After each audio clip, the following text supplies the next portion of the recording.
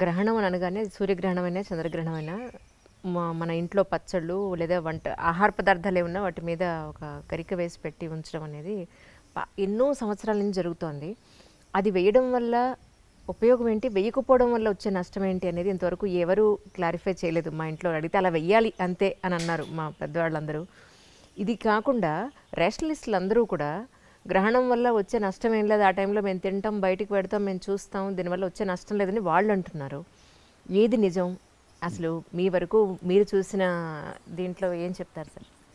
ముందుగా గ్రహణం అనేది మనం వాడేటటువంటి విధానంలో మీరు చూస్తే ఏదన్నా మీరు బుక్స్లో రాసేటప్పుడు దీనికి గ్రహణం పట్టింది, మన వైభవానికి గ్రహణం పట్టింది అలా వాడతారు, నెగటివ్ టర్మినాలజీగా వాడతారు. కానీ నిజంగా చెప్పాలంటే గ్రహణం అనేది ఒక విధంగా చూస్తే ఒక అద్భుతమైనటువంటి సన్నివేశం. గ్రహణం రోజు ఏం గుర్తొస్తుంది మనకి? అమృతం సంపాదించినటువంటి ఆ క్షీరసాగర మథనం గుర్తు రావాలి. అమృతం వచ్చింది. అమృతం వచ్చిన తర్వాత దేవతలకి రాక్షసులకి పంచుతున్న సమయంలో ఈ స్వామివారి చక్రానికి బలైనటువంటి రాహు కేతు. సో వాళ్ళు సూర్యచంద్రుల నడుమ కూర్చుండినప్పుడు వాళ్ళు కూర్చున్నారు కాబట్టి వాళ్ళు అమృతాన్ని స్వీకరించిన తర్వాత తల నరకబడింది. సో అందులోంచి ఆవిర్భవించిన వాళ్ళే వీళ్ళిద్దరు. సో అమృతాన్ని స్వీకరించారు కాబట్టి వాళ్ళకు కూడా చిరంజీవులు అయిపోయినారు, వాళ్ళకి మరణం లేదు. సో అది ఒక పురాణ గాథగా మనం అందరం చెప్పుకుంటూ వచ్చాం. సూర్యగ్రహణం చంద్రగ్రహణం అనేది మనకి కేతుగ్రస్త సూర్యగ్రహణం, రాహుగ్రస్త చంద్రగ్రహణం ఇలా మనం పాటిస్తూ ఉన్నాం. మన సనాతన ధర్మంలో వేద మార్గంలో ఈ గ్రహణానికి ఒక గొప్పతనం ఉంది. ఎన్నో పురాణాల్లో వివరిస్తున్నారు. దాని గురించి మనం పోతూ ఉంటే ఐ డ్రీమ్లో దిల్సే చెప్పలేము చాలాసేపు. బట్ అల్టిమేట్ ఏంటంటే గ్రహణం అప్పుడు చాలా విశేషమైనటువంటి ఫలితాలు ఉంటాయి. గ్రహణ స్నానం 3 స్నానాలు చెప్పబడింది: స్పర్శ, మధ్యకాలం, పుణ్యకాలం. సో ఈ తర్పణాలు చెప్పబడ్డాయి. ఆ సమయంలో తర్పణం చేస్తే పితృదేవతలు అత్యంత ప్రీతిపాత్రులుగా అవుతారు అని. గ్రహణ కాలంలో మీరు చేసిన ఏ దానమైనా 1,000,000 రెట్లు మల్టిప్లై అవుతుంది. గ్రహణ కాలంలో మీరు చేసిన ఏ యొక్క మంత్ర జపమైనా కొన్ని కోట్ల రెట్లు మల్టిప్లై అవుతాయి. ఇంత అద్భుతమైనటువంటి సన్నివేశాన్ని దాన్ని భయాన్ని సృష్టించే విధంగా మనం చూడకూడదు. ఎన్నోసార్లు భక్తులకి ఈ విషయాన్ని చెప్పడం జరిగింది. మరి గుళ్ళు ఎందుకు క్లోజ్ చేస్తారు సార్? తిరుపతి కానీ ఇక్కడ కానీ మొత్తం గుళ్ళన్నీ క్లోజ్ చేస్తారు కదా. గుళ్ళు క్లోజ్ చేయడం గ్రహణానికి భయపడి కాదమ్మా. మీరు స్వార్థ యజనం చేయాలి. గుడి అనేది పరార్థ యజనం, అంటే అందరి కోసం ఉండేటటువంటి ఒక దేవాలయంలో మీరు చూసేది పరార్థ యజనం, అందరి కోసం జరిగే పూజ ఇది. సర్వే జనాః సుఖినో భవంతు అనే సంకల్పము ప్రత్యక్షంగా మీకు వినిపించేది మా ఇళ్లలో మేము చెప్తూ ఉంటాం. పురాణాల్లో పారాయణం జరిగిన తర్వాత చెప్తూ ఉంటాం. కానీ స్వార్థ యజనము అనేది మీ ఇంట్లో ఉండే సాలగ్రామ ఆరాధన పూజకి స్వార్థ యజనం. యజనం అంటే యజ్ఞం. దేవాలయంలో పరార్థ యజనం. పరార్థ యజనానికి కొన్ని నియమాలు ఉంటాయి.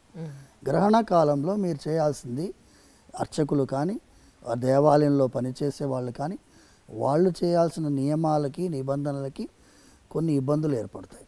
గ్రహణ కాలంలో మీరు నైవేద్యం తయారు చేయలేరు. సో ఇవన్నీ కారణాల వల్ల ఆగమ శాస్త్రం విధించబడింది.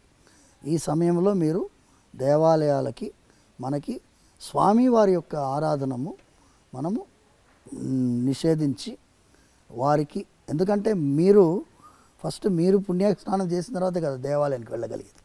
ఇప్పుడు నేను దేవాలయంలో ఆరాధన చేయాలంటే నిన్న గ్రహణం అయింది, సూర్యగ్రహణం సంభవించిన తర్వాత సూర్యుడిని చూడాలి. సూర్యుని చూసిన తర్వాత పుణ్యస్నానం చేయాలి. నిన్న రాత్రి మొత్తం సూర్యుని చూడలేదు. నిన్న గ్రస్తాస్తమయం అంటే అస్తమన సమయంలో సూర్యుడిని గ్రహణం పట్టింది. విడిచింది 6:30కి. సూర్యాస్తమన సమయం 5:55. అవును సార్. సో 6:30 తర్వాత సూర్యుని చూడలేం కదా. నిన్న రాత్రంతా మేము ఉపవాసం ఉండి ఇవాళ తెల్లవారుజామున లేచి సూర్యుని చూసిన తర్వాత తర్వాత శుద్ధ మండల స్నానం చేసిన తర్వాత పుణ్యావాచనం చేసుకొని దేవాలయానికి వెళ్ళి అక్కడ స్వామివారికి అభిషేకాలన్నీ నిర్వహించిన తర్వాత భక్తులకి దర్శనం ప్రారంభించాం. అంటే భగవంతుడికి భక్తులకి నడుమ ఉండే అర్చకుడికి కూడా ఈ పుణ్యస్నానాలు అవసరం కాబట్టి స్వామివారు తమల్ని ఆ ఒక్కరోజు ఆ గ్రహణ కాలంలో భక్తులకి అందుబాటులో లేకుండా మనందరి మీద వాత్సల్యంతో అది పెట్టారు. మీరు దేవాలయాలు మూసేస్తున్నారు, దేవుడికే గ్రహణం భయపడిందా అనేటటువంటి వాళ్ళు విమర్శించుకోనండి. వాళ్ళని ఒక్కొక్కరిని బట్టి నేను కన్విన్స్ చేయడానికి దిల్ సేవిత్ అంజలి లేదు. ఓకేనా. రెండవ పాయింట్, ఇప్పుడు గరికె అనేది అద్భుతమైనటువంటి దర్భానికి అంత విలువ ఎందుకు వచ్చింది అంటే గరిక ఎండితే దర్భ అంతే కదండి. ఎండు దర్భనే మనం వాడతాం. అవును. అయితే దానికి కూడా ఇప్పుడు మనకి పుష్కర స్నానం ఎలాగ వచ్చిందో 12 ఏళ్ళకి ఒకసారి పుష్కరాలు వస్తాయో ఈ అమృత భాండం నుంచే పుష్కరం గురించి కూడా వచ్చింది. అలాంటిదే ఈ అమృత భాండం గరుత్మంతుల వారు తన యొక్క తల్లిని వినతాదేవిని శాపం నుంచి విడుదల చేయడం కోసం ఇంద్రుడితో పోరాడి అమృత భాండం తీసుకొస్తారు. తీసుకొచ్చి ఏం చేస్తారంటే ఈ గరిక పైన పెడతారు. సో గరిక పైన పెట్టినప్పుడు ఈ సర్పాలన్నిటికీ కూడా మీరు వెళ్ళి స్నానం చేసి రావాలి, అప్పుడే మీరు ఈ అమృతాన్ని స్వీకరించవచ్చు అంటారు. అంటే అందరూ వేల సర్పాలన్నీ సముద్రంలో స్నానానికి వెళ్తారు. మళ్ళీ ఇంద్రుడు వచ్చి తీసుకెళ్ళిపోతాడు అమృత భాండాన్ని. తీసుకెళ్ళేటప్పుడు గరిక మీద అమృతం పడుతుంది. సో అది అమృతంతో తడిసింది కాబట్టి దానికంతా గొప్పతనం. సో అది గరికె తడిసిన తర్వాత ఈ సర్పాలన్నీ ఏం చేస్తాయి, వచ్చి ఆ గరికెని నాకితే సర్పం యొక్క నాలుక రెండుగా చీలిపోతుంది. సో రెండు సైమల్టేనియస్ జరుగుతాయి. అందుకే సర్పానికి 2 నాలుకలు గరికె వల్ల వచ్చి అంత షార్ప్గా ఉంటుంది, కోస్తుంది అది. సో అంత పవర్ఫుల్ అన్నమాట ఈ దర్భం. దర్భానికి అంత గొప్పతనం. మేము పవిత్రం ధరిస్తాము, పవిత్ర పాణి అంటారు. పవిత్రం ధరించి వెళ్తాము. ఏదన్నా శుభకార్యం జరగాలన్నా పవిత్రంతో జరగాలి. సో అంత ముఖ్యత్వం ఈ అమృతం వల్ల వచ్చింది. సో గ్రహణం సమయంలో సంబంధించిందంతా అమృతంతో సంబంధించిన విషయం. సో అందుకోసం అంత ముఖ్యత్వం. దాన్ని కనుక మనము ఏదన్నా పదార్థం పైన, వండిన పదార్థం పైన, పచ్చళ్ళ పైన, చెడిపోయే పదార్థం పెరుగు వాళ్ళని పెడతారు. చిన్న ముక్క పెడితే అది చెడిపోకుండా ఉంటుంది దర్భం వల్ల. ఇది మనం నమ్ముతాం. ఇప్పుడు నమ్మకం ఉండేవాళ్ళు నమ్ముతున్నాం. ఇప్పుడు మేము వెళ్ళి ఈ రేషనలిస్టులని వాళ్ళు అదేమంటారు హేతువాదుల్ని వెళ్ళి కన్విన్స్ చేయాల్సిన అవసరం లేదు. నేను ఇప్పుడు కాదమ్మా, మీకు తెలుసుంటే 20 ఏళ్ల ముందు ఎప్పుడైతే ఈ టీవీ ఛానల్ దూరదర్శన్ తప్ప ఎక్స్ట్రా ఛానల్స్ ఎప్పుడైతే వచ్చాయో అప్పుడు మొట్టమొదటిసారి ఒక ఛానల్లో గ్రహణ సమయంలో నన్ను నేను రానయ్య బాబు కూర్చోబెట్టి ఏం చేశారు, సమోసా అవన్నీ తీసుకొచ్చారు. మేమంతా తింటాం చూడండి ఏమన్నా అవుతుందంటే, ఇప్పుడు మీరు చిన్న విషయం అమ్మా, తిన్న వెంటనే ఏమన్నా అవుతుందా? ఏమీ కాదు. ఇప్పుడు స్మోకర్స్ ఉన్నారు, రోజు సిగరెట్ తాగుతాడు, ఏమైనా అవుతుందా వాడికి?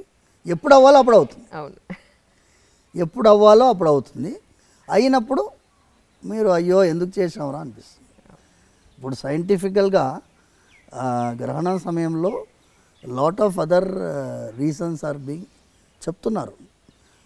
సైన్స్ కూడా గ్రహణం సమయంలో what are the changes, electromagnetic fields ఏముంటుంది, ఎలా ఉంటుంది పరిస్థితి, వాతావరణంలో ఏ మార్పులు ఉంటాయి, వాళ్ళు రీసెర్చ్ చేస్తున్నారు, ఇప్పుడు ఇంకా చేస్తున్నారు. So let us wait. శరీరం పైన మనది ఏంటి అంటే అమ్మా ప్రకృతితో అనుసంధానమైనటువంటి ఒక జీవితం మనది. అది గ్రహించాము కాబట్టే ఇప్పుడు ఈ CO2 కార్బన్ ఎమిషన్ వాళ్ళు విదేశీ వాళ్ళు మాట్లాడుతున్నారు చూడండి. మన వాళ్ళకి ముందు నుంచే తెలుసు. ఋషులు వాళ్ళు ప్రకృతితో అనుసంధానంగా మీరు జీవించాలి, ప్రకృతికి విపరీతంగా మనకు ఏ కార్యక్రమం చేయకూడదు అనేటటువంటి విధానంలో మనం జీవించాం కాబట్టి చాలా విషయాల్లో ప్రకృతితో సంబంధించినటువంటి అంశాలు మనం చెప్తున్నాం. గ్రహణం కూడా ప్రకృతితో సంబంధించిన విషయం. సో గ్రహణం సమయంలో గర్భిణీ స్త్రీలు కొంచెం జాగ్రత్త పడాలని చెప్పాం. అది మూఢనమ్మకం అది ఇది అన్నారు. ఎవరెవరు మూఢనమ్మకం అన్నారో వాళ్ళు చాలామంది ఈ వైపు వస్తున్నారు. ఇప్పుడు ఈ వైపు వస్తున్నారు. మీరు చూడండి ఎక్కడైనా బిగ్గెస్ట్ రేషనలిస్ట్ సైంటిస్ట్ వాళ్ళు మేము చేసిన ప్రయాణం అనేది సరి అయిన ప్రయాణం కాదు, ఈ రాజమార్గంలో ప్రయాణమే సరైన. త్యాగరాజ స్వామి పాడాడు, చక్కని రాజమార్గం ఉండగా సందులో దూరనేలా అని పాడాడు. అది సందు తెలియదు, ఎక్కడపోతామో తెలియదు. అందుకోసం ఇటువైపు రావడమే మంచిది. ఇది ఏంటి అమ్మా, కొన్ని వేల సంవత్సరాల చరిత్ర ఉన్నటువంటి సనాతన ధర్మం. ఇది వేద మార్గం. వేద మార్గం ఏమంటుంది? చిన్న విషయం అమ్మా, నా అప్సు మూత్ర పురీషం కుర్యాత్ వేదం చెప్తుంది. నీళ్ళల్లో మీరు ఎప్పుడు కూడా మీరు పాసిపోయకూడదు అని చెప్తుంది వేదం చెప్తుంది. నదికి ఉండేటటువంటి మనకి గౌరవం చెప్తుంది. నదీ స్నానానికి వెళ్ళినప్పుడు మీరు సోప్ కూడా రాసుకోకూడదు అంటుంది. ఇక్కడ సోప్ రాసుకొని నదిలో స్నానం చేయకూడదు. నదీ స్నానం చేసి వచ్చి మీరు ఇంట్లో సోప్ రాసుకొని స్నానం చేసుకోవచ్చు. నదీ స్నానానికి ఈ కెమికల్స్ పూసుకొని స్నానం చేయకూడదని శాస్త్రం చెప్తుంది. అంటే ప్రకృతిని గౌరవించి ప్రకృతిని గుర్తించి ఒక తల్లిలాగా మనం నదిని భావించినటువంటి వాళ్ళం. ఎవరికైనా నచ్చకపోవచ్చు. న్యూజిలాండ్లో పోయిన ఏడాదికి ముందేడాది they have declared a river as a living being. అవును, సుప్రీంకోర్టు తీర్పు న్యూజిలాండ్లో.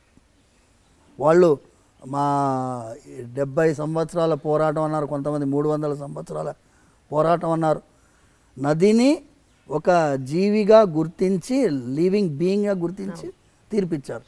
మనం గుర్తించే తీర్పు కాదుగా, మనం ఆల్రెడీ ఫాలోయింగ్. అవును, కొన్ని వేల సంవత్సరాలు. కానీ ఒకటి సరే, నదులన్నింటినీ మనం పొల్యూట్ చేస్తున్నాం, ఇప్పుడు మట్టిని చేసేస్తున్నాం, భయంకరంగా పొల్యూట్ చేస్తాం, భయంకరంగా. ఇప్పుడు హుస్సేన్ సాగర్ ఎలా ఉండింది, ఇప్పుడు ఎలా ఉంది?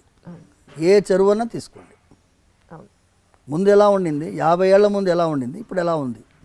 అంటే మనం డెవలప్డ్ అనుకుంటున్నాం, కానీ డెవలప్మెంట్ అంటే ఏంటి? చెరువులో బిల్డింగ్ కట్టడం కాదు.